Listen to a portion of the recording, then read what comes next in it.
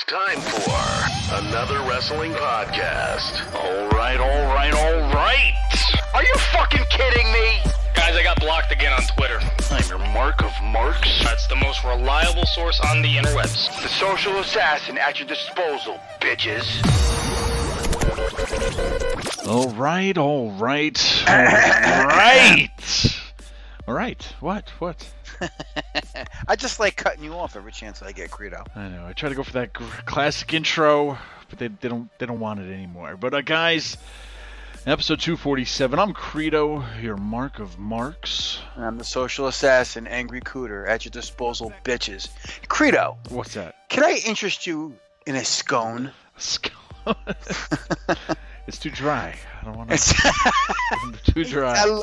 Are you enjoying the season, bro? I'm enjoying it, man. I'm enjoying it. I mean, there's no better show than Curb Your Enthusiasm on TV right now. Don't at me, bro. Don't at me. I'm telling you. No. Like, Curb Your Enthusiasm is one of the best comedies ever.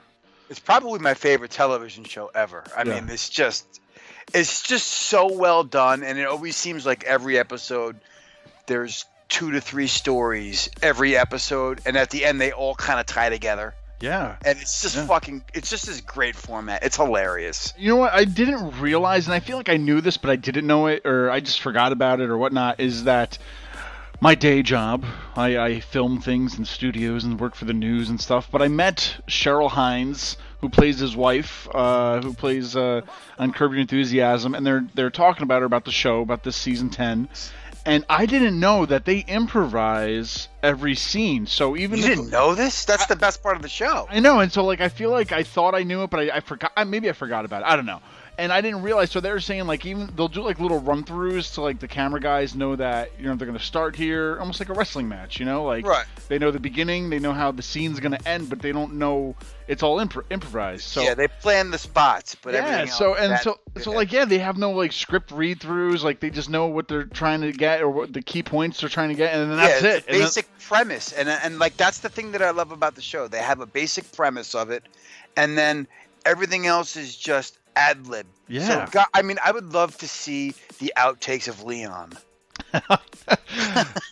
I know, and it's just so like going into that, watching that, knowing that this isn't like they rehearsed it for weeks or they just sat down and read the script. No, like they're given like, okay, so and so is supposed to be mad about this or something. You know what I mean? Like, but it's just like a wrestling match. That's why I love Curb Your Enthusiasm, to where it's kind of predetermined, but in between is where all the magic happens, right? I don't know. So well played, Credo. Well played. Indeed. But guys, it is episode 247, like I said. Joining JB later is Roman Rozell. Now, you might not know him. He's a newcomer, but he's been in the military. He's making his way into the wrestling world. And if you guys listen to a few episodes, I think the last episode of the year for Maria Manic, he actually gets on the phone because they were driving together somewhere when we did the interview with her. And so he hopped on the phone, and that's the magic of AWP, we were introduced to him then, so we spoke to him a few weeks after that. So he is on the show today. Okay.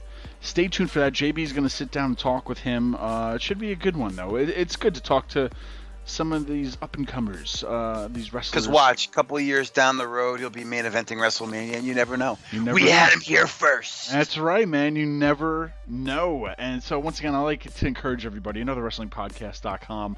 Like us, follow us, subscribe to us. What are you listening to us on right now? Is it Apple Podcasts? It's because it's not iTunes anymore, whatever it is.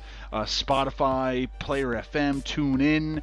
Whatever you guys are listening to us on, make sure you rate us, especially the Apple Podcasts. I want to hear some of these reviews. Tell us how much you love me, how much you hate Cooter. Tell us how much you miss Minority Mike, who's in parts unknown right now. Just come on, leave some love. We want to hear from you. But all in all, leave us some good ones. I don't know, leave us some good feedback. But we want to hear from you, all in all. So yes, please leave us Mike Cologne's attendance review and on iTunes. Or Apple Podcasts, whatever the fuck it's called now. That's it, man. I love Curb Your Enthusiasm. It's such like it's great. It's just hilarious, guys. If you haven't seen it, get to watching it. It's got 10 seasons on there. You're missing out, pretty much, if you never watched it before. It really is. It's pretty good, yeah. Man. But either way, Cooter, are you excited? Because no matter what else has happened last week, I mean, the Super Bowl, we came out of the Super Bowl. It's the end of football, or so you think. Because if you forgot, it's XFL time, baby. This weekend, the XFL is coming back, Cooter. But it's not like the XFL of the 90s. I mean, there's not going to have like pyro, at least I don't think in the beginning. They're not going to have the cameras that go backstage into the ladies' locker room. That was kind of weird with Opie and Anthony won't be doing the pre-show. No pre-shows.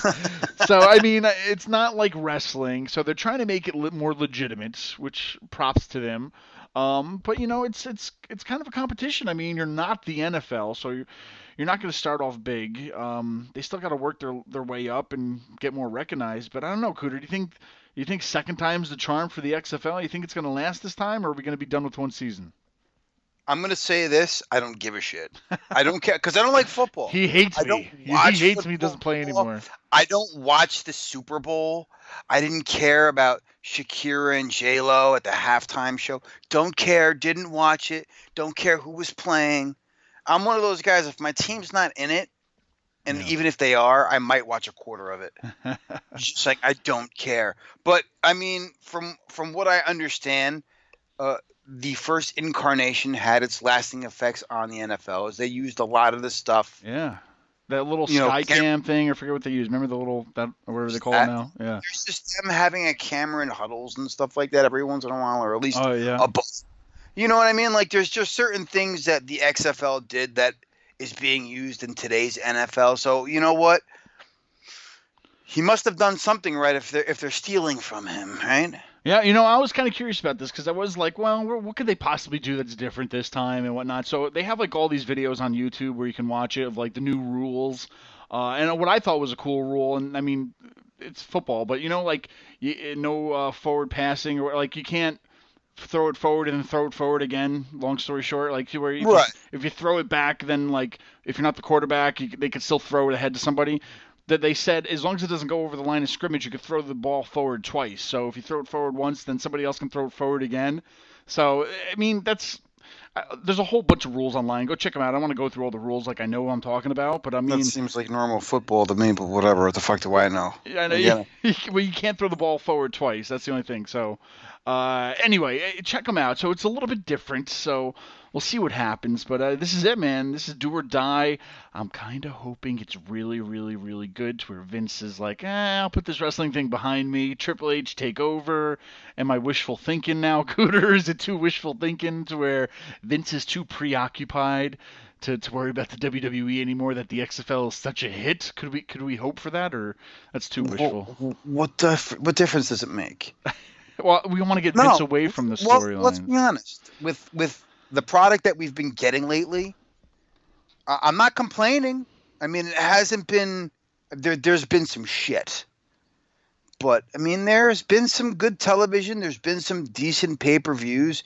And this week is no exception. I mean, what, didn't we just have Braun Strowman win the IC title this week? Or was that last week? No, yeah, it was SmackDown. That's right. SmackDown. I mean, I know you got to take the good with the bad. That was his first championship. Did you realize that since he came up to the main? I don't know. Was he in NXT? I don't think he was even in NXT, right? Like, I don't remember Braun Strowman. So I think he was one of the Rosebuds. Yeah, Rosebud to the Wyatts to this, and after 3 years, whatever he said, this is his first championship. Single solo championship. It was a tag team, but wait a minute. He did get that beautiful belt when he won the greatest Royal Rumble. Oh, that is true, man. You know what? I thought now I got to take back everything I said about it. Because I'm like, well, wait, he had the tag team championships with a fucking 11-year-old, and then he won a belt in Saudi Arabia that doesn't even matter for anything. But this is his real one. Not besmirch the good name of Nicholas, okay? Poor Braun, he won it and then had to give it up the next night. Then he wins a belt, like I said, in Saudi Arabia, which means nothing. They don't even defend it, which would have been a cool thing to where they could have had it, and they could defend it at all these shows, these Saudi Arabia shows. But no, it's like a trophy or something you win at a car show. It doesn't mean anything. It's just that is what it is. Anyway, the XFL's happening. That's what's happening. A lot of returns. We are on the road to WrestleMania, Cooter, like we said last week. But Goldberg's coming out so this week back on SmackDown, and if you're listening to us, it hasn't aired yet, so we don't know what's going to happen. Is he going to make his return back to Saudi Arabia? Because after that last stinkfest he had with The Undertaker, he got a lot of criticism over it. Do you think he has to kind of make better or like kind of make people forget about that match going in Goldberg 2.0 now this time? I think he did that at SummerSlam with his performance against Ziggler. Granted, all he did was a couple of spears and a jackhammer, but that's why we love Goldberg. He doesn't need to have a 15, 20-minute fucking, 5-star match. That's not what you get. It's like, why did we love Stone Cold Steve Austin? Not because he was this great wrestler, because he would flip the birds off, hit you with a stunner, drop you in that stack of dimes you call a neck, and then drink a few beers and go home. It was showmanship, and that's what Goldberg was. He was never a great worker. Let him come in, feed him some scrub who's gonna bump for him and make him look good. What's wrong with that? And make it a 5-minute affair. Yeah, and you're right, because that's what Goldberg was. It was the entrance from knocking on the door, coming out with the pyro.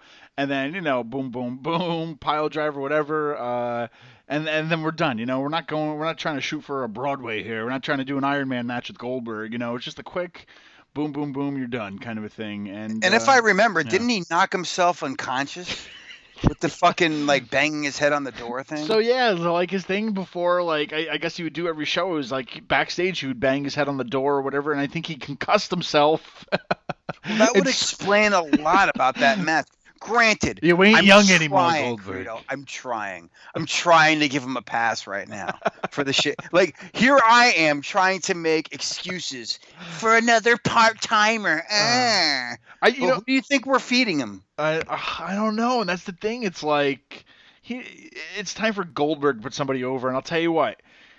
If they were listening to the dirt sheets, this is where you kind of give him that Matt Riddle match and put Matt Riddle over or That's something. Not happening. I know. And I'm like, well, if Brock's not going to do it, maybe Goldberg will do it. And I don't know, but it's like I'm sick of seeing Dolph Ziggler put over these old vets, and it's like I don't know. I have no idea. That's what he's good at. Listen. Are you really that upset that Dolph Ziggler didn't get this massive fucking title push? I mean, I could see he won the belt once, maybe twice, whatever it was. Does everybody need a lengthy title reign to legitimize their career? There are plenty of guys who are Hall of Famers that we love that never held the belt. Yeah. I mean, Roddy Piper, classic example. That motherfucker never needed a belt. And I look at Dolph Ziggler as somebody who never needed it either. Yeah, that's true. Well, speaking of Oldberg, some other returns that could be on the way for the Saudi Arabia show, because I forget they're not having Fastlane this year. This is kind of in place of it. Is Sting? They're talking about Sting doing something there, and no, not the musician, the wrestler Sting. So. This is, once again, the interwebs. If Mike was here, this is the dirt sheet rumors, but there's word that he could be doing something in Saudi Arabia. Could we have a Goldberg versus Sting shitfest, too? I mean, we already had an Undertaker Goldberg shitfest. Why not just make them all the Legends shitfest? At this point of the game, this is where I look back at TNA or Impact, whatever, who had it, but didn't they have that Legends Championship? That was such a smart idea.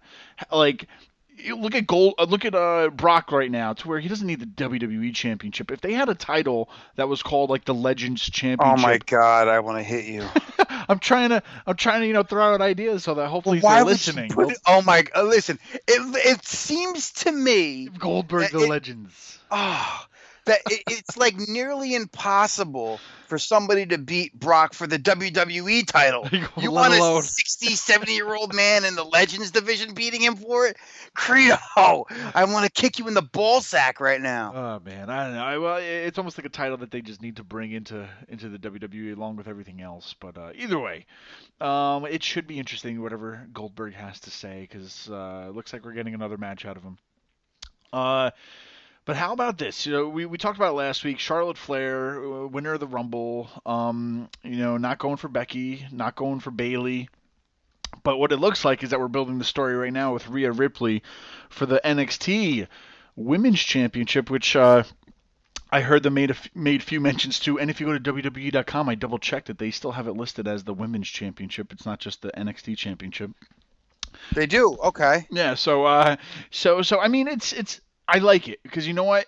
It's almost like it'd be too like Becky and Charlotte again, or I mean, we haven't seen Becky. Charlotte and Bayley, whatever. But I think just adding this Rhea Ripley with Charlotte gives more dimensions for Charlotte and gives more dimensions for Rhea, to where it's like one of those hasn't happened before kind of a thing. It has happened. Rhea's beaten her. When was that? Was it like on old NXT? Or I want to say that was on. No, I want to say it was like Survivor Series, like recently. Didn't Team NXT win the women's? Yes, they did. Oh, so it was but I mean, like not a one-on-one match, though, right? It was just. I think she won on a pinfall on Charlotte because she made mention of it when she challenged her on Raw. Charlotte came to NXT this week, and it started off with Bianca Belair coming out there cutting a promo, like, why am I being overlooked and you're challenging somebody? You have a match against me in like a week and a half type of thing. Charlotte comes down and, they did this thing where I love Bianca Belair. And I know you are big on her now because of her performance in the Rumble, but she just has that. She does this line where, like, when people from other rosters show up, she's like, you don't even go here. Like, it's great. It's like, you don't even go to this school type of shit. Yeah. And she tried pulling it on Charlotte, and it was Rhea pulling the don't disrespect us because we have a saying that goes around here. We are NXT. And then the two of them basically double teamed her and then faced off. That's right. So they're building something. I like to know where this is going. I'm loving the fact that the shows again are starting to intertwine. Yeah, I don't know if that's going to be a normal thing, but I really wouldn't mind. Well, when you brought up Goldberg, I'm like, could you imagine Goldberg showing up to NXT? I would love it, but at the same time, like, it's not going to happen. He hates Matt Riddle. I know. Yeah, I'm saying it's like one of those wishful mark thinkings. What could we possibly do with Goldberg this time around? But no, you made me think too with Bianca and Rhea and Charlotte. But then I'm like, it almost wastes like the Rumble win. But if Bianca beats Rhea at the NXT Portland show and becoming the new women's champion, could we get some kind of a three-way match at WrestleMania with Bianca, Rhea, and Charlotte? Because I'll tell you that, however we get there, that would be one hell of a WrestleMania match. I think I would love it. A three-way. You don't need. I think they've already done the four-way belt matches and everything else at WrestleMania, but for the women's championships, but a three-way somehow. I don't know. I think that'd be great. They always somehow seem to get one of those on there. Yeah. Well, last year we had Becky, Charlotte, and Ronda. And I think the year before that they did. Oh, you know what? Yeah, because they've had Charlotte. Was it Charlotte, Sasha, and Becky, or was it Charlotte, Becky? It was three of the four horsewomen in a match the year prior to that, which was a fantastic match too. And I'm just like, I always feel like an idiot because I'm like, oh yeah, man, we haven't seen that, and then we just said it last WrestleMania. I'm like, oh crap, how do I not remember this? There's just so much that goes on in between in the whole year that it's like, oh yeah, that happened. But for them to showcase two fresh faces like that with a Charlotte Flair, I know, that really does big things for NXT for sure. But I mean, and I think Rhea needs that shine because when she started coming over from NXT UK. You never saw her smile. You saw her like stay in character. Ever since she's had the title, she comes out with a little smile, and it's like, did we ever see Austin come out? Like, Rhea's supposed to be the badass chick, you know what I mean? And she's coming out smiling, like pandering to the crowd. Fuck all that. I want that badass bitch who just came out and just started beating people's asses. Yep. I don't know, but it is what it is. Yeah, and at the end of the day, if Charlotte does challenge her, before we get too crazy with how we're going to make this match a three-way or whatnot, but if Charlotte does challenge Rhea, I think once again you're legitimizing NXT as that third brand. You know, it's like these little things that they can do to legitimize it more. This is going to be one of those steps to do that, to where the Rumble winner challenges for the NXT Women's Champion, or or down the line, maybe next year's Rumble, the winner challenges for the NXT Championship, the men's or whatever. But I think it's one of those steps that makes NXT stand on their own two legs as one of those that that third brand, if you will. So, we talked last week Andrade, who's suspended for wellness, whatnot. He's going to be gone for 30 days. They replaced him kind of this week with Angel Garza. Oh, love this dude. Yeah, and so I mean, it's almost like we have this little stable of Mexican wrestlers, if you will. But then I didn't realize that Angel was cousins to Humberto. Did you know that? I didn't even look it up before. Yes, because they've made mention of it on television. And the other great thing, I've been loving this dude since he's been in NXT. He's had a great little program with Leo Rush. He had a fantastic match this week against Swerve Scott. And I think he even had a match on 205 Live. I was watching it against Tyler Breeze. So he's been busy. He's been on all the fucking shows, dude. He is incredible. And I think they have really high hopes for him. Yeah, I think, gone are the days of Rey Mysterio, but now with guys like Humberto, who's starting to grow on me, just being on more camera time, you kind of get. You just hate his name, I know. I know, it's too hard to say. Humberto Carrillo.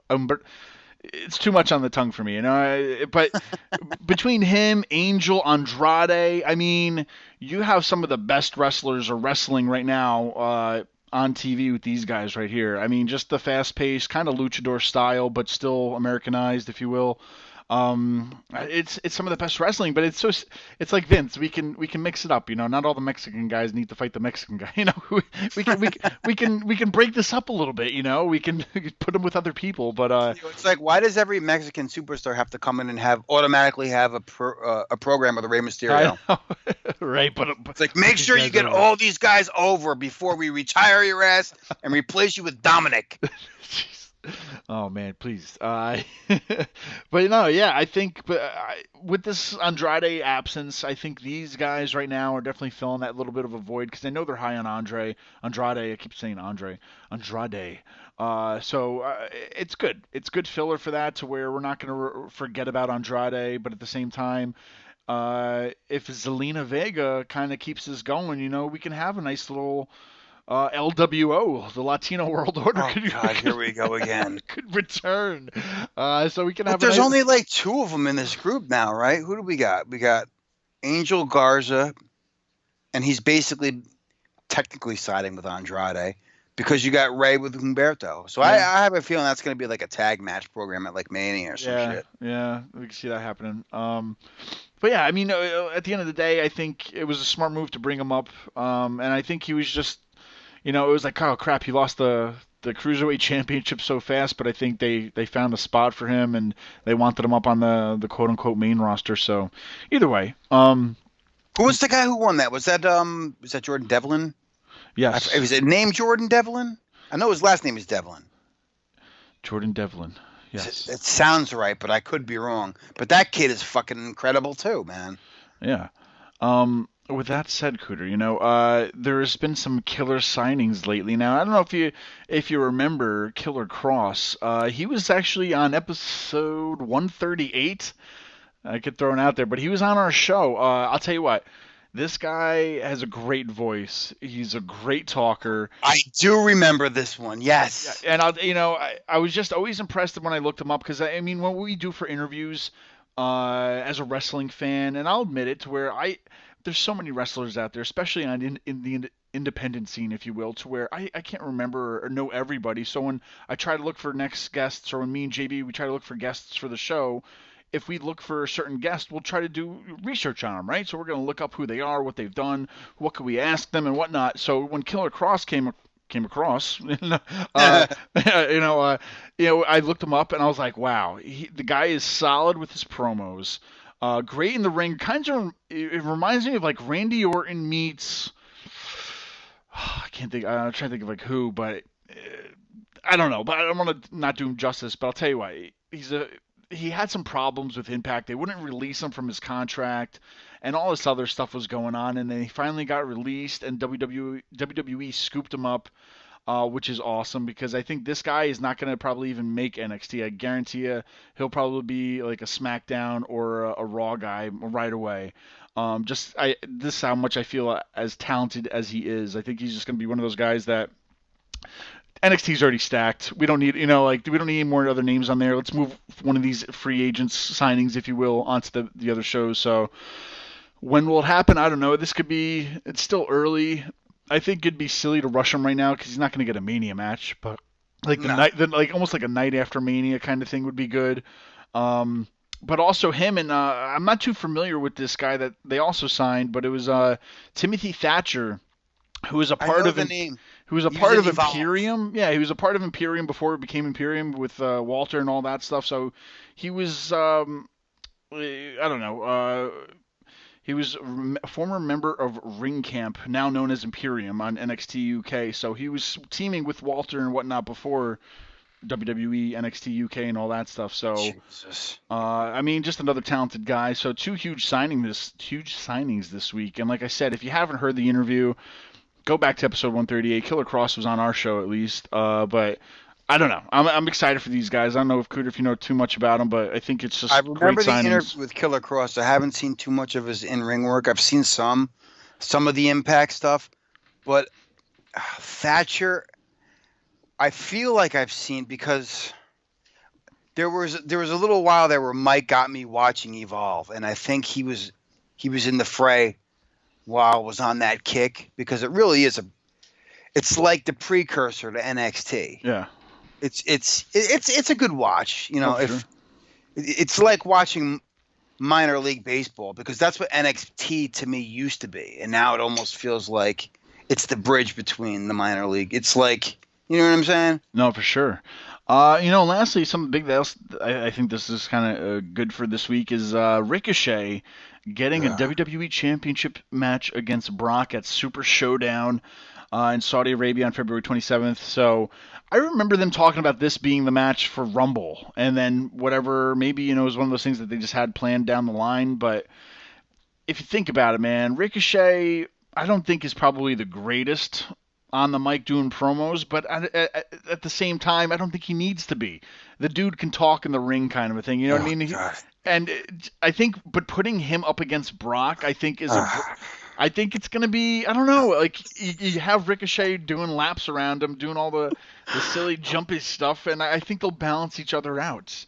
Do you think this is going to be a good match, or is this going to end in 5 seconds Kofi style? You know what? You know what's funny is that I almost really crapped on Ricochet when you said he's not the best in the mic, and I almost said something about somebody that and it was basically like, he's not even as good as this dude. Yeah. Inside baseball right here, Credo. Inside baseball. And for all you Patreon fans, you can you can follow us very soon. This has been a run-on gag, but it's happening. And I'll let you know who I was talking about. Exactly. You guys want to know the inside stuff, and pretty soon it's coming to Patreon. Yeah. But anyway, yes. But in terms of the match, look, let's be honest. I wanted to see Brock Lesnar versus Kofi Kingston, not because I thought Kofi deserved the win. I don't mind Kofi losing, but I want to see the actual match, because those are Brock's best matches. Historically, since this run, since he's come back, what have been his best matches? His best matches have been Finn Balor, CM Punk, Daniel Bryan, AJ Styles. These are the matches that everybody talks about. When you get him in the ring with some of these bigger guys, it doesn't really do much. Nope. Him and Braun, not very good.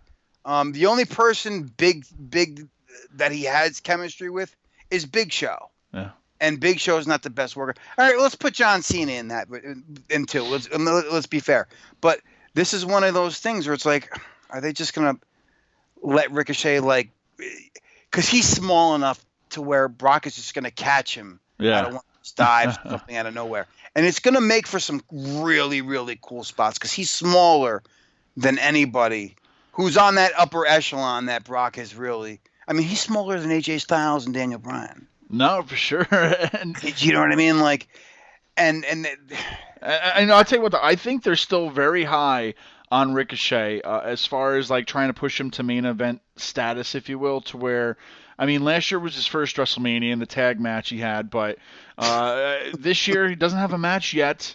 But still, I don't want to see him in like a tag or what. I want to see a solo Ricochet WrestleMania match, and you're not going to make me think that Ricochet is going to beat Brock. You know what I mean? If he does, that'd make for a unique dynamic. But at the same time, I think that WrestleMania match is set with Brock and Drew McIntyre. But I think elevating Ricochet to having a match with Brock, I think will put him on a bigger pedestal, if you will. Oh, absolutely. And yeah. It's good for him. It's good for everybody. So I hope they have a great match. I hope they have great chemistry because I think it'll only mean good things for Ricochet in the end.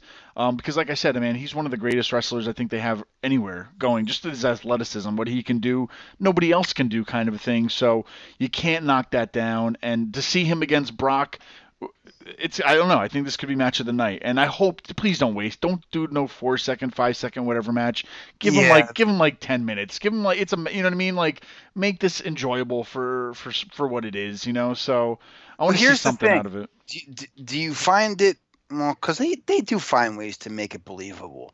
Like they find ways where you remember the beating that Daniel Bryan took. Yeah.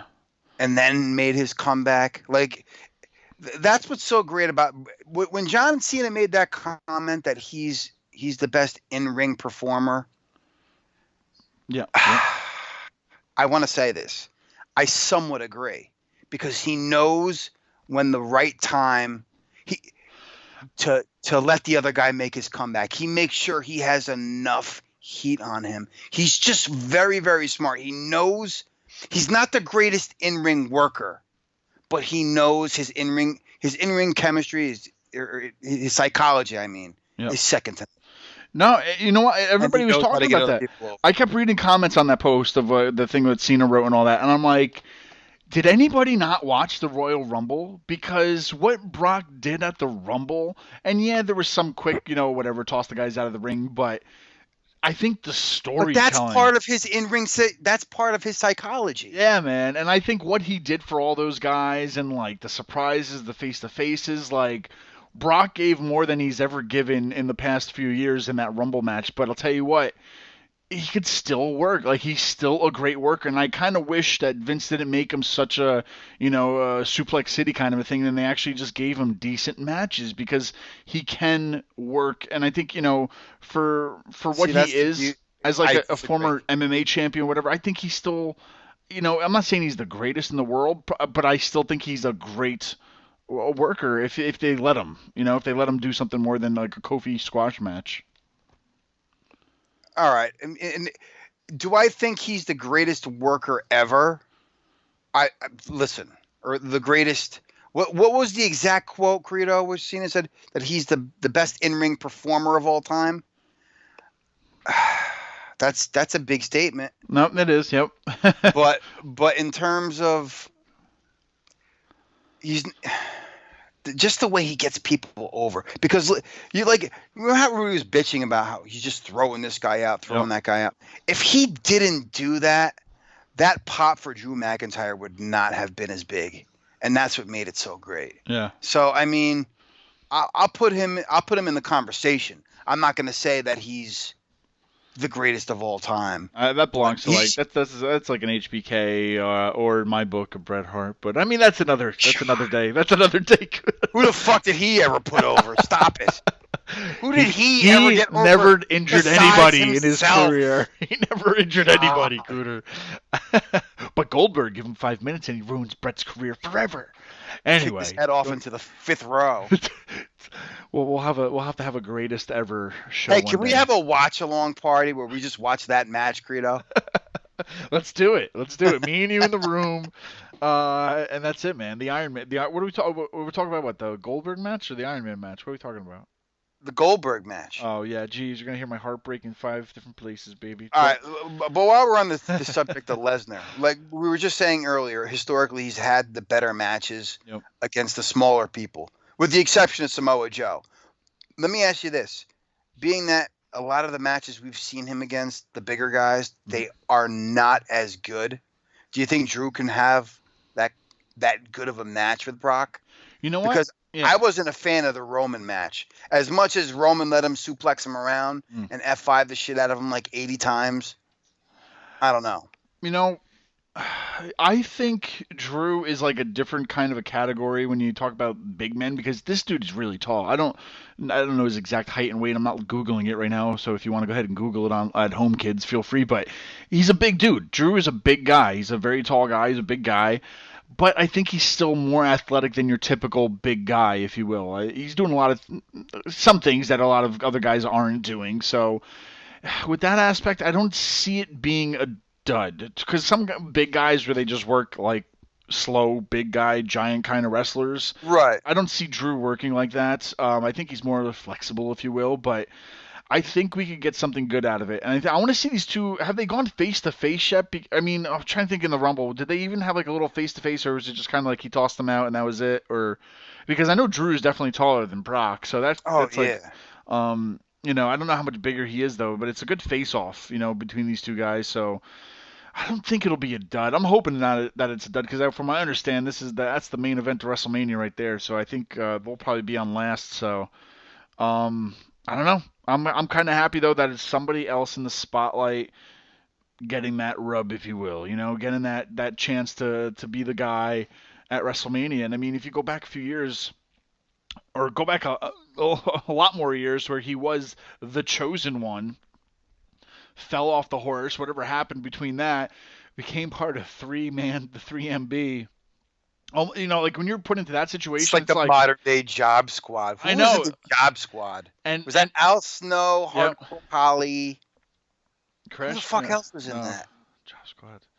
But no, I mean, you know what I mean? Like, it being part of that 3MB, that's almost like a death sentence for your character, you know? Like, he left, you know, worked the independents, found a new, like, revitalized his character, and came back and, you know, showed him what he could do, and, you know, more power to him. I'm kind of excited to where I'd like to see him finally take that spot of being that Vince's chosen one, you know? Let's see what he could do with it. And I'll tell you what, you know, from Seth Rollins, as much as he was good, it's almost like, we're kind of getting bored of these guys now, you know, to where we've seen Seth Rollins as great as he is. We've seen Roman Reigns get the spotlight at WrestleMania. We've seen these guys up, you know, like they need other names to fill in and do that. And I'm excited for it. So either way, at the end of the day, Brock versus Ricochet leading into Brock versus Drew McIntyre.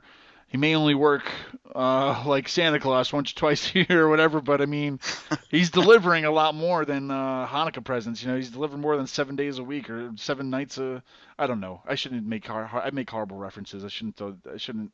I'm just letting you fucking bury yourself, bro. I know, I'm not man. bailing you Bring out. out the shovel. Anyway, regardless, let's get off of me stumbling off everything, because I know JB is right now waiting with Roman Rozell. Hey, everybody, it's JB, and you're listening to another wrestling podcast. Today's guest is, I don't know exactly how to say it. Quite honestly, I think this person's unlike anybody else we've had on the show so far. We spoke with him briefly recently, but I wanted to have him come back and have a full sit-down with us. So, ladies and gentlemen, without further ado, please welcome Mr. Roman Rozell. How are you doing? I'm doing great.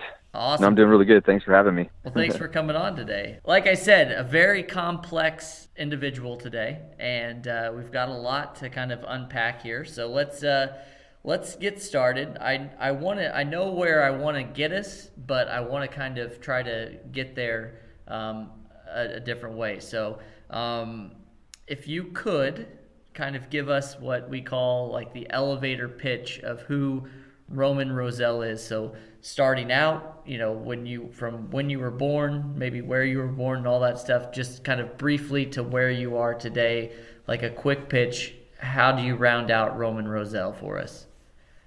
Man, well, I guess to start off, people never have heard of me or anything like that. You know, I'm a retired Green Beret, husband, father of 6, 35-year-old college athlete at the Arizona State University. And at the same time, you know, I'm taking the pro wrestling industry by storm. I just did my WWE tryout in December. Had a match not too long ago where Dan Severn, he's been kind of like my mentor, my trainer, my manager. and partnered with Grunt Style, the #1 top elite clothing lifestyle brand out there. And we're just taking over the pro wrestling sports entertainment scene as a man with force. Let's just say that. But aside from that, that's kind of like a quick snapshot of kind of like where we're at now. But I'm originally from Apache Junction, Arizona.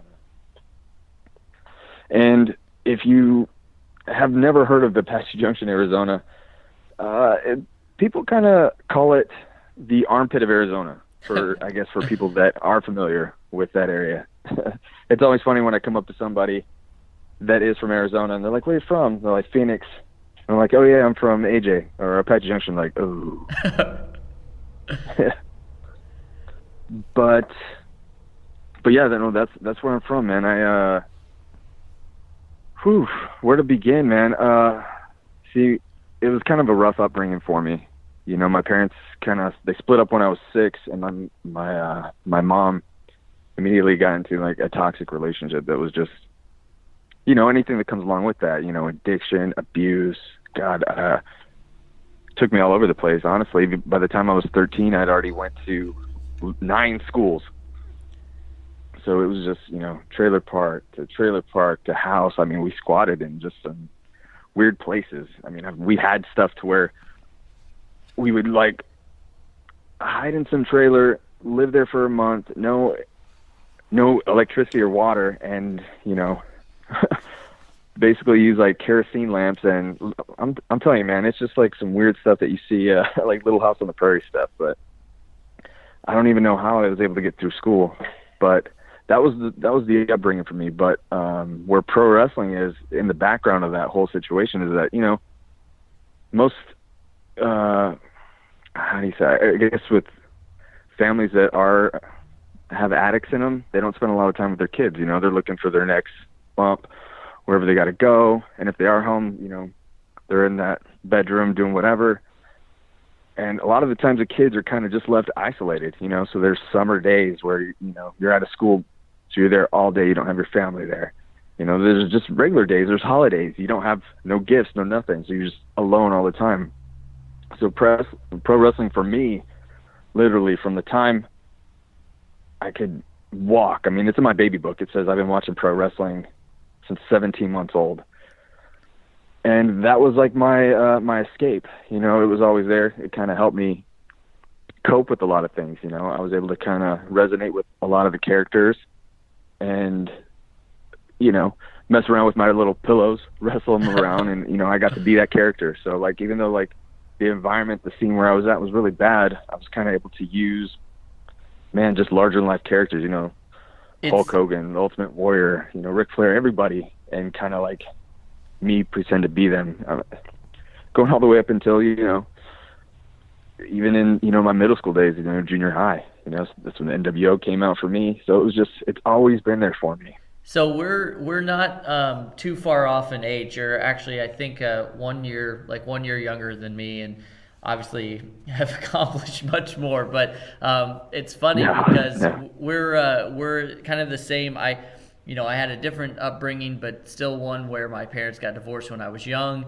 And it's funny how professional wrestling, or, you know, whatever you're into, if you're a fan of baseball or whatever, that it can kind of fill those gaps like you're talking. And I know that it was always something that was there for me, you know, like, you know, family could be fighting or, you know, whatever was going on, had a rough day, but you could come home and turn that on. So I grew up in the 80s, and, you know, we kind of got to see that boom period. It was the Hulk Hogan, and then it went through the 90s where it was kind of gimmicky, and then boom, the Attitude Era, like you're talking about. So you mentioned a few of the wrestlers, the Hulk Hogan, the Ric Flairs, the Ultimate Warriors, but even at a young age, do you remember kind of like figuring out who you liked at a young age? Like, did it change much? Like for me, for whatever reason, I was just like immediately kind of more the heels. Like my favorite has always been Ravishing Rick Rude, and I don't even know why, as a young kid, why I would have chose that. But what was it like for you? Who were some of your favorites? Oh man. So literally my earliest childhood, like, I've seen therapists, because I got PTSD, traumatic brain injury, all that other stuff. But I always, when they talk about memory, because I have those issues, I'm like, my earliest childhood memory is literally I had to have been 4. And I just remember seeing, like, the pink outfits, so the Heart Foundation versus obviously the Stripes, the Killer Bees, So those are kind of things that stand out. I don't remember the faces, all that, but the gear stood out to me. So that's like my earliest memory. Next up, I had to have been maybe 4 or 5, where I could kind of understand things. But it was Hulk Hogan. And it was Hulk Hogan specifically because it was this is a time when my parents were still together. And they gave me this gift that said, "Rip 'em." It was Hulk Hogan. They said that he sent it to me. So I believe that. Literally, I believed that all the way up until I was like probably 12. Yeah. They kind of kept that going. It was like kind of believing in Santa Claus. And then you kind of find out, like, what? Hogan never sent that to me? But, Hulk, God, man, he was just, because of the issues that I had, obviously, growing up, I still listen to his, like, demandments, say your prayers, take your vitamins, and listen to your parents. And for whatever reason, like, I respected Hulk, everything. He was just huge. He's all American, had the flag. He just had that charisma. So it was Hogan all the way. And then, of course, Macho Man. Macho Man was great because he had the voice, and he could just, turn it up. He was really intense. So it was those two. And then the alternative was obviously like TBS, wrestling. And, you had Ric Flair, but more importantly, like Sting. Sting had the face paint. And obviously, like, the studio wrestling wasn't as, like, flamboyant and extravagant as, like, WWE, but those were basically, like, the 4 characters that I remember at a very early age just kind of sticking with and, like, following all the way through. So, until the 90s. Yeah. So you said you had this really tough upbringing, this armpit of Arizona that you were living in, and and then throughout your teenage years. Now, did you do many sports growing up? Did that help with? So actually, no, I didn't, and it was because when you're with a meth head mom, and obviously, like, let me set the record straight. My mom has been sober since 2003. We have a great relationship, but at that time, moving place to place, I was never in one spot to play sports or Parks and Rec, any of that other stuff. I did get to a couple times when we were close to my dad. And it's like, it wasn't like my dad was out of the picture. It's just my mom kind of took us all over the place. And it wasn't until we got taken away from my mom when I was 13, where we eventually got relocated and put with my dad. And from there is where I was kind of stable. So I went to a junior high, or middle school, where I was able to kind of play sports. Because I know it's different now, but at that time you didn't have to pay to play. So I was able to, play football, wrestle. And, I was always that fat, overweight kid with zits that people used to always make fun of because they knew where I came from. But when I started playing sports, I could hit the hardest. And then for wrestling, like, for never wrestling ever before, I was beating kids that had been doing it for a long time. I was winning, like, those city championships. So that kind of, like, turned the tides for me. So people started to kind of respect me a little bit rather than laugh at me. And that kind of helped kind of formulate and carry me into high school, where I kind of took it serious and started putting more work behind the scenes and knew what I needed to do to get out of that environment that I was in. Well, not a lot of people really, you kind of, you gave the pitch about kind of your life, but this is some just remarkable stuff. You've reinvented yourself several times. You grew up in a tough environment, and you didn't let that get you down. You joined the military. You were a Green Beret, which obviously is just insane on that level. And then not only that, but you had a lot of very trying times when you were in the Army, and then you come back, and then you decide to go back to school. So what was how was the readjusting process whenever you came back from that, and what made you decide to go back to school? Man, so it was definitely kind of tough because in the military I was making a lot of money, but I've been blown up one too many times, just like everyone else. I actually had to have a waiver to go to selection, when I was trying out for the Special Forces, just because I had the brain injury, and then with PTSD, just not getting it worked out. Anyways, all that stuff kind of like catches up to you, and it's just kind of hard to live with and deal with. So then when it was kind of time for me to, cut the cord and, start a new chapter in my life, it was kind of tough because, I got 6 kids, and I didn't know how I was really going to support them. I knew I had, obviously, thank God, or the retirement for, insurance and stuff like that, but it was a big pay cut, but it was something that I needed to do. And I didn't have a degree to have like a career, because even today, like, it's tough. Like, even a bachelor's degree is considered like a high school diploma these days. And here I got a big family. I'm like, what am I going to do? I don't have a career enough to take care of, everyone. But knowing me, like, I'm not going to just settle for mediocrity. You know what I'm saying? So I was just like, well, let me get my degree, because at the same time, while I'm doing that, we have the GI Bill, which gives you like a monthly housing allowance, which will pay for my rent and stuff like that, and a stipend where I can pay for the books, and a little extra, to put, food on the table. So I was like, that was perfect. So God bless that. But meanwhile, while I was doing that, it just kind of, I don't know how to really put this, because for 14 years of my life, it was spent, majority of it was in Iraq, Afghanistan, Central, South America.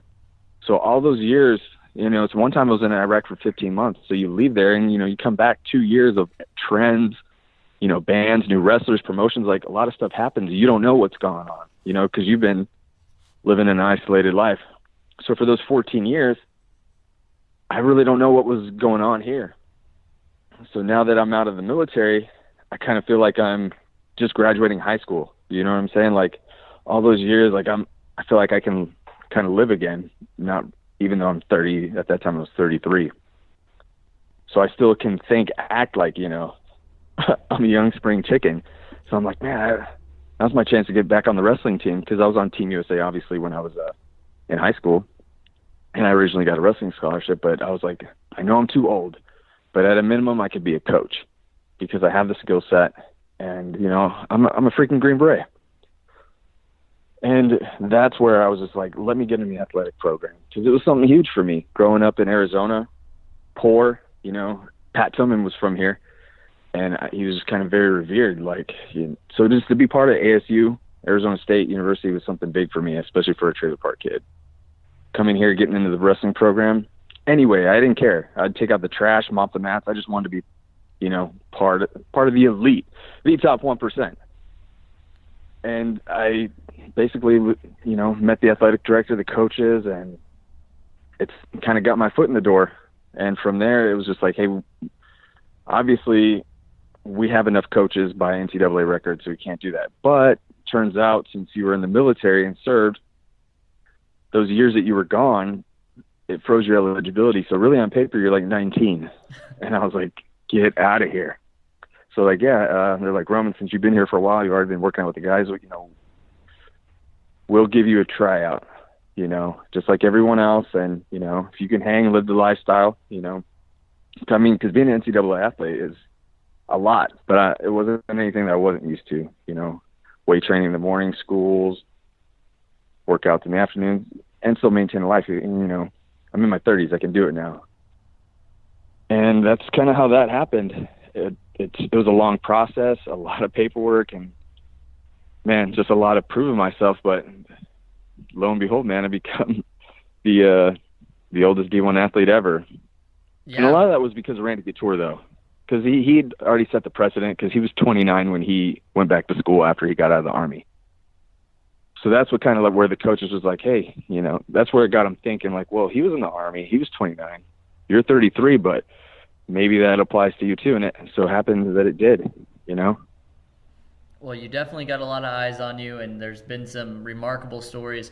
We'll probably put the links up too whenever this interview goes out, just so you can see your journey and how incredible it was, and how everybody was, rooting you on. And it sounds like some of your teammates weren't so sure when you first got in, but like most everything you do, it seems like you proved some people wrong, and not in a bad way, but you just kind of showed everybody that you could hang. And so, where do you stand currently with collegiate wrestling? Are you hanging up the boots for that? And kind of tell us how you're getting into currently the world of professional wrestling. Right. So I made history this year, where I finally took the mats and became the oldest wrestler to compete at a Division I level. Right after that was where I got the invite to the WWE tryout. So by doing so, I had to release my eligibility as far as to compete. Now I'm still on the current roster of the wrestling team. I just released my eligibility because that's just how the NCAA works. You can't, within regulations, you can't do other things. I mean, try out for other stuff, even if it's sports entertainment. But that's what I did. I released eligibility and obviously stayed with the team and still kind of played just that teammate role. And at the same time, worked these other ventures of training with Dan Severn, with, professional wrestling techniques. Reached out to, actually, he's a buddy of mine now, but prior to that, I didn't even know he was an ASU alumni, but he's on the independent scene, Kenny Lester. He goes by Gorilla Blanco, the Heart Foundation. So he was, he was linked with, Teddy and Maria. So I went out there to where he was at, got a little bit of training, with him, Brian Idol, Natalia, like the Russian Crush. So basically from there, I onesies and twosies to 5 people. I was getting one-on-one training for 2 months prior to going to that tryout. It was just because, it wasn't just because of my story. It's kind of like, here's some old guy coming in to train. Yeah, let's see what he got. But the thing is, if you show me something once or twice, I'm going to pick it up. And I'm not just a flash in the pan. This is something that I really want to do. And anything that I set my mind to, I'm going to do it, not just to the best to get it done once. I look for, the long-term deal, because that's how things, that's how people succeed. You look for something long-term, not just the short-term gain, I guess. And so people saw that at first. They're like, okay, he's training, but then, I'm taking bump after bump after bump and then doing stuff to making it look believable and real. And obviously that was part of the fan of me. I've been doing that in my head for years, but just impressing people, doing what I could, training. And it was just word would just kind of go to other people, and I would get the invite and be able to kind of train. And I did the tryout, came back to Arizona, and kind of seeked out some other people. I was able to work with a guy named, Roman Alexander, Gabriel Alexander. They gave me my, one of my first matches with Dan Severn in my corner. So I was able to continue just training. And then I got linked up with an awesome, pro wrestling school, the Arizona Pro Wrestling Training Center out here in, Mesa, Arizona, trained by Gabriel Gallows and Don Vitale, the bullies. So it's everywhere I'm at, I'm surrounded by the elite, the top 1%. And that's where I kind of use that, your character is you, ramped up to 100. And I always start off at the bottom, but make my way up to the top. So that's why I kind of use that, not necessarily cocky, confident deal, but it's good for the gimmick, but it's also proven, I can prove it. I'm with the elite, the top 1%, the special forces, NCAA Division I, WWE. And now, every pro wrestler that's training me, they're all the best. So it's not I'm lying, but I'm just kind of elevating it and ramping it up and putting it on steroids and putting it out there to people. Yeah, absolutely. Does that make sense? Yeah, absolutely. And, the world of professional wrestling has seen a handful, I'll say, of actual active or, non-active military within the world of professional wrestling. So is that something that you would want to add into your, we call it a gimmick in wrestling, but is that something that you would want to do, or are you looking to be, something different, or would that be something that would definitely play a part in your character? Man, I don't know if you can really take it away, because I'm the real deal. I'm not scripted. Like the story and the people that watch the links and the videos and stuff like that, you can't make that up. People can write it for their gimmick in the or in the world of professional wrestling, but I actually lived it. So it's kind of like my character, this crazy life that I lived, is actually real. So as far as like a Roman Rozell guy, I mean, it encompasses a bunch of things. You do have a military aspect, both the regular army and the special forces, and you have like the collegiate amateur aspect. You have the poor trailer park white trash kid. You got that part. You got the dad, the husband, with the kids. Like there's so much that I can kind of utilize where I'm, I don't want to steal Lex Luger's deal, but I'm the total package. I got a good flavor for anybody, for that. So I think just kind of getting out there and, like I said, just ramp up me to 100, and I'm going to connect with somebody. Now, if you're talking to answer your question, if it's like I'm going to go with the Sergeant Slaughter role or any of that, no, really, I just got to be me.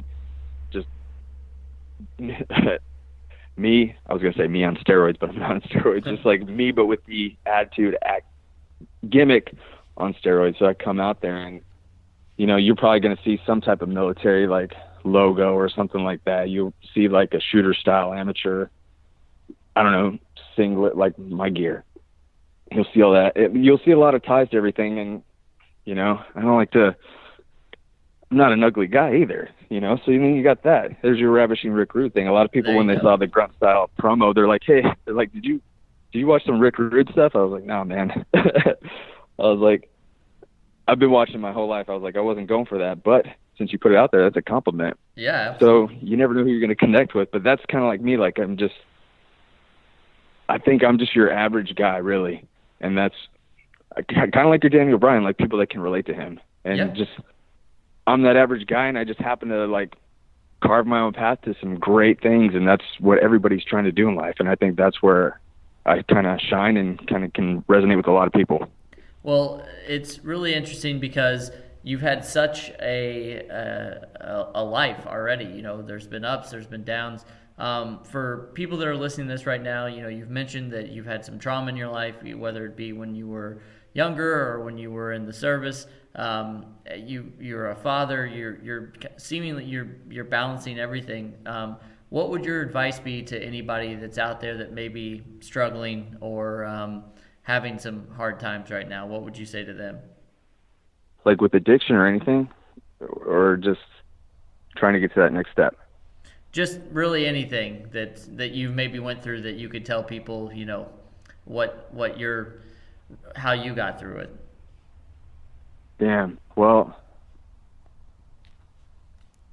you got to be kind of spiritual for most. How I got through it, I'm a spiritual. That's how I got through it. But in all essence, like aside from that, that'll take you so far. Like you got to put in the work, and you have to understand, like people are going to quit on you. And this is one of those things that's been said so many times before. Yeah, people are going to quit on you.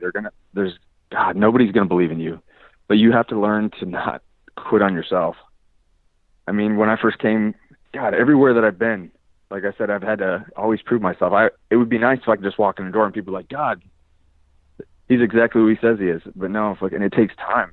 And a lot of the times, like, even when I came to the wrestling program, there was lots of people that didn't want me around or didn't believe it. When I was in Special Forces, a lot of people didn't believe it. You're not the biggest. You're not the fastest. You don't look like it.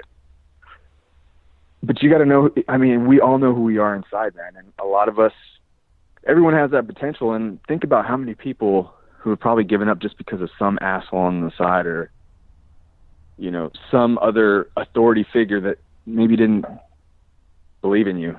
And then the person ends up like quitting and going and washing cars. Not that it's a bad thing, but, he could have been the next John Cena, but because somebody else, they kind of like shot him down. Or even with addiction, man, like we're all looking for something to fill like a void, a gap that, someone else has carved out of us. And it's a matter of thinking, man, like I just released a t-shirt, and this is not just a plug for it, but it says GSD on my t-shirt through Grunt Style. And that just means get shit done. And that is, you get shit done without thinking about anybody else who you may be offending or anything like that, because you have to look out for your best interest.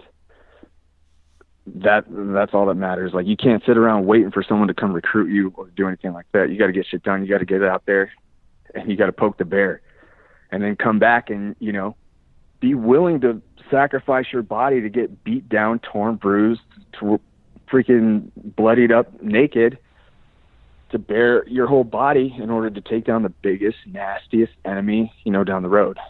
And some of that was taken from the Ultimate Warrior, but that's the truth, man. That's how I've lived my life, was based off of that stuff. And I want other people to do that same thing, man. Get shit done. Get out there. Absolutely. Well, it's super inspiring stuff. And I know that, you know, you mentioned it earlier, but Grunt style clothing, what can you tell us about that? Man, Grunt style is you can't walk anywhere in the country. You can't walk 10 feet without seeing somebody in a Grunt style t-shirt. And if you're not familiar with Grunt style, it has the flag, the backwards flag, because you're marching toward whatever. It's on the right side, and on the left side, some cross rifles, and just the best designs in shirt, apparel, but not just apparel. Everyone thinks it's a military company. It's a patriotic company. They want everyone in this country to be patriotic, because we have a lot of crap going on all the time, and people get on these tangents about, you know, the government or this side political parties, rather than just understanding that we have these freedoms to go accomplish and become an NCAA athlete or become a pro wrestler. Like that, just being a patriot, like, you couldn't do this in the Middle East, Central, South America, wherever. I've been there. And so it's just being a patriot. And with that, like, it's everything. You got hunting, fishing, you know, first responders, military, and you got pro wrestling. They love it all, because that's America, right? And so that's a clothing brand. And, you know, we're trying to take over the wrestling world. I mean, obviously, like, we're pulling gimmicks and stuff. We're not really like starting a war, doing the Monday Night Wars or nothing like that. But pro wrestling's big, man. It's big to me. And when we partnered up together, it just so happened that the co-founder was a huge pro wrestling fan himself. So it was just like, man, it was kind of meant to be. And I just happen to have a great story to kind of back it up and still live it, and to get shit done, to make shit happen. So, and at the same time, man, there's other pro wrestlers that wear the clothing too. Like, you'll probably start to notice it a little bit more. You know, I know we're always recruiting. That's what we're doing. We're trying, like I said, we're trying to create a Grunt style NWO. I mean, not really, but kind of. You know what I'm saying? Yeah. And even if you're not a pro wrestler, like, we want you anyways. You know, we want you on the team. Well, we're super. So that's with Grunt style. The co-founder, Tim Jensen, he's the Grunt style first sergeant, and he plays my manager, and he's really good. I don't know if you guys have seen the promo, but man, he knows his wrestling. Let's put it that way. I was gonna say, it feels very reminiscent of an old school promo. It's a really cool thing, and we'll have to, like I said, put the links out there for everybody to check that out. But, yeah. So it's you know, it's New Year and all that stuff. So what is your what is your goal for 2020? What's some of the things that you're looking to do in the world of professional wrestling, and also, just for anybody that's out there listening to this, how can they keep up with all things Roman Rozell right now? Follow me on Instagram, you know, Twitter, Facebook, mainly those three outlets at Roman Rozell, ROMAN ROZELL. Just follow the link. And hey, no matter, like, it seems like I have a bunch of things going on, but at the end of the day, this is my advice to other people too, is, you know, the mission first. I did a lot of cool things on the side, but getting my degree was still my priority, and it still is. So I'm still in school, and I'm getting that done. I got to get that done. Everything else that happens, you know, that's just icing on the cake. I have some good stuff. I'll be doing some extra work for WWE. Obviously, I'm getting trained by the best at, you know, the Arizona Pro Wrestling Training Center. You know, I've already had a pro wrestling match, so check that out. So, you know, there's so much more to come, but like I said, I got to graduate first. That's a priority. Graduate in May, so stay tuned to that. And like I said, Grunt style and myself are taking over the pro wrestling scene and, recruit and do whatever we can. Like 2020 is going to be big, not just for me, but for everybody, because it isn't about me. Like, I'm coming out here, like, playing the role and being me, but at the same time, like, I've never been a selfish one with opportunity. And I think that's what's lacking with a lot of people, man. I think everybody would be a lot more successful and a lot more happier if we were all kind of helping each other out and trying to get to the next level to where we need to be. And some of us have made it to those situations in order to make that happen. And so that's what I'm looking at with 2020, man. I've gotten to where I needed to be. I'm very comfortable with where I'm at. But there's one thing I always say: don't ever get comfortable with being comfortable. Get comfortable with being uncomfortable, which means you got to challenge yourself. So I'll be challenging myself, but like I said, me and the partnership that I have, like, we want to help other people out. And again, I want to be wrestling in a big promotion someday. There's so many awesome, gosh, man. You got the NWA, Impact, New Japan, the WWE, AEW. I mean, I can give you every 3-letter organization, but I mean, that's the ultimate goal. But at the same time, I got to focus on, step by step, brick by brick, day by day, and get shit done, Absolutely. Well, in the spirit of what you were just saying, something I wanted to try to do this year for 2020, I know a lot of people out there, especially in the world of wrestling, for whatever reason, they are kind of, sometimes they can be negative about the business or this or that or whatever. So one of the things I've been trying to do is to just get our people that come on here, our interviews, to say something good about something that's happened to them in the world of professional wrestling. So now's your chance. You can shout out somebody who has helped you. You can tell a story about something that, that a time when somebody helped you, or just something that you like about professional wrestling right now. So just, any kind of thing that's positive as far as the world of wrestling goes. I'd like you to take that time and just to shout something out. Gosh, where do I begin, man? I've been truly blessed. I mean, I definitely have some horror stories, but I've been blessed by a lot of people in the pro wrestling industry just because of, how do I say this? Like, there's what I kind of mentioned earlier. There are people out there, stars that you see on TV right now, who really want to help make you not just achieve your dream, but kind of make it a better environment. A lot of people say that the pro wrestling environment and business is toxic, and it can be, but at the same time, that's anywhere. I mean, you can work at Taco Bell and you're gonna have that same environment. But for me, man, just with the help, a shout out like Austin Idol, the heartthrob Austin Idol, who does the NWA or kayfabe cocktails. He's got his school and stuff like that. He was one of the first guys actually to reach out to me and help me with the business. As far as, making decisions and stuff like that. You got Kenny Lester, Gorilla Blanco, and I could just go by names, Roman Alexander, even he goes by Wolfgang.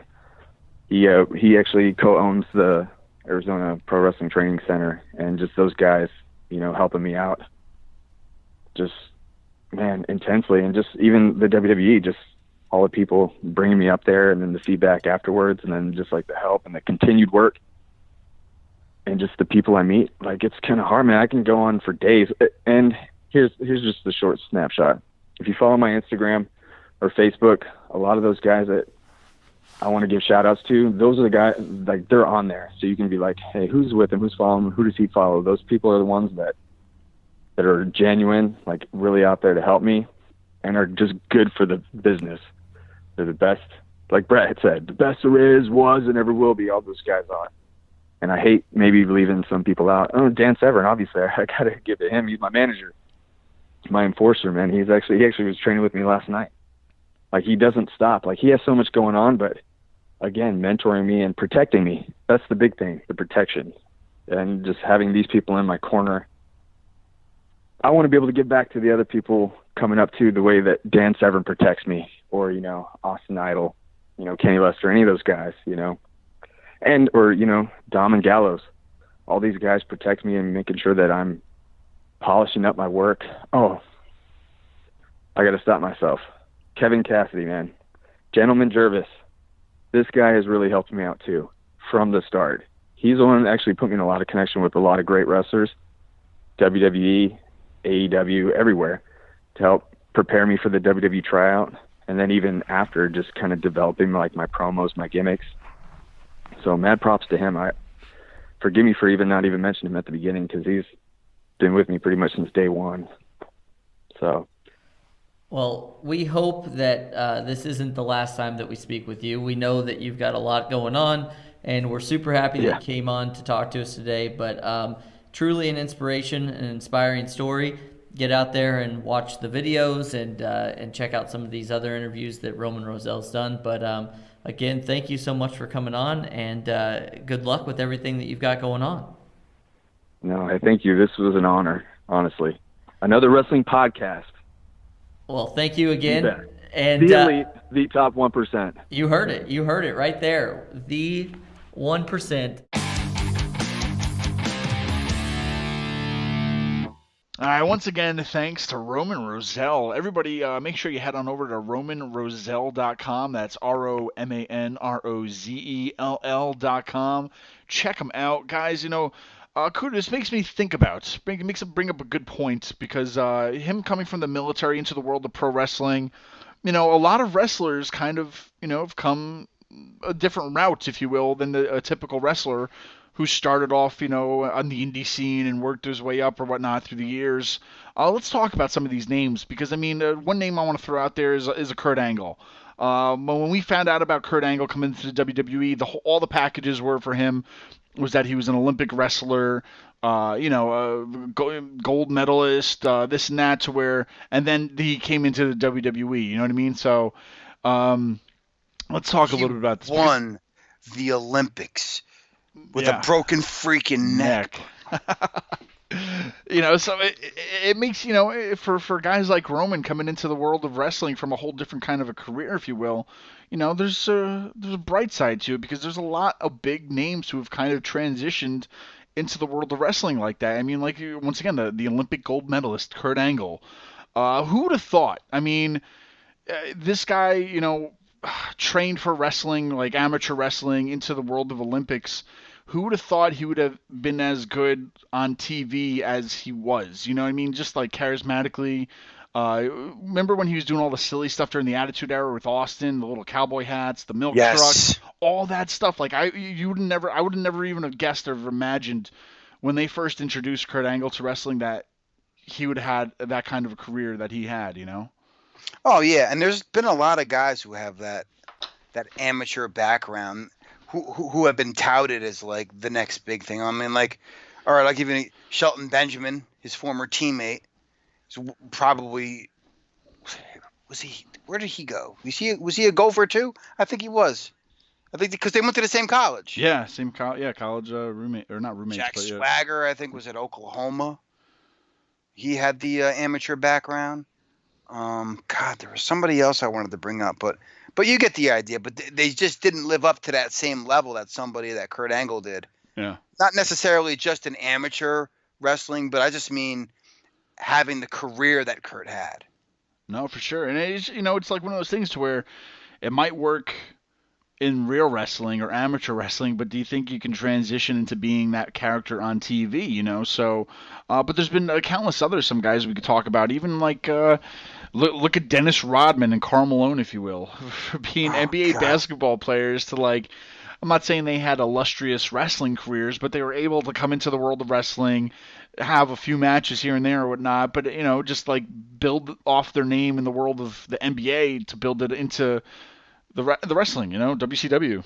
Yeah, I think Rodman had, 2 or 3 matches, maybe more. I don't remember. I think Malone only did the one, though. Yeah. But, I mean, you talk about, somebody like Karl Malone who worked with DDP. I mean, Paige always touted how much this guy worked to get into shape for this thing. And didn't didn't half-ass it. So I mean, and that made the match that much better. So it was a fun match. I will say that. And I know in other shows we've talked about like, the world of MMA, how they crossed over from like Ronda Rousey to wrestling, or like Ken Shamrock, another name to where badass fighter did not think he could do what he did in the WWE kind of a thing, where he took that ball and ran with it. But I mean, I think even football, the world of college football or the NFL.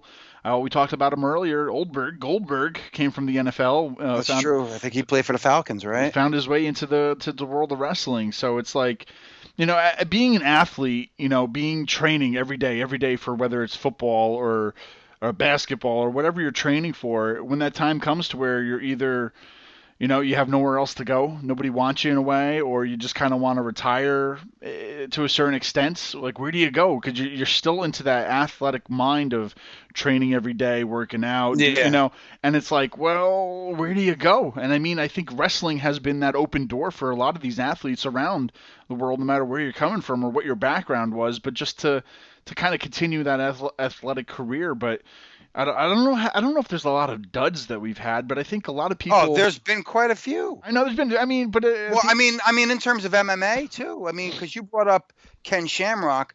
I mean, Dan Severn. I was just thinking about that. WWE did not have a very good career. Yeah, and I was just thinking about that too, because it was like he had such an illustrious.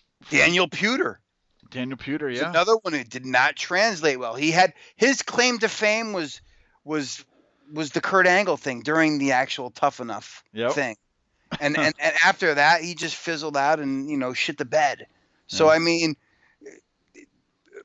I have a lot of respect for people who, are mixed martial artists. Believe me, it doesn't necessarily mean that it translates every time in the wrestling. Let's talk about some of these people who come from very obscure places. Yeah, man. How about like even Olympic powerlifting champion Mark Henry? Mark Henry, another Olympic athlete. Yes. At the same time, it's like, well, this is like, I remember at that time too. It was just like trying to bring in all these bigger athletes into the world of wrestling, to where they're kind of doing it now a lot better than what they did in the '90s. But this was kind of like one of those first steps, and when they did it with Mark Henry, I remember all the vignettes of him powerlifting and all that stuff, and the world's training strongest for the man. Olympics, the whole 9 yards, bro. Yeah. And even when he started, I mean, he was okay, but I think he, it took him a little bit to find his feet, in the world of wrestling. But it turned out to a great career for him. Hall of Famer, yeah. So.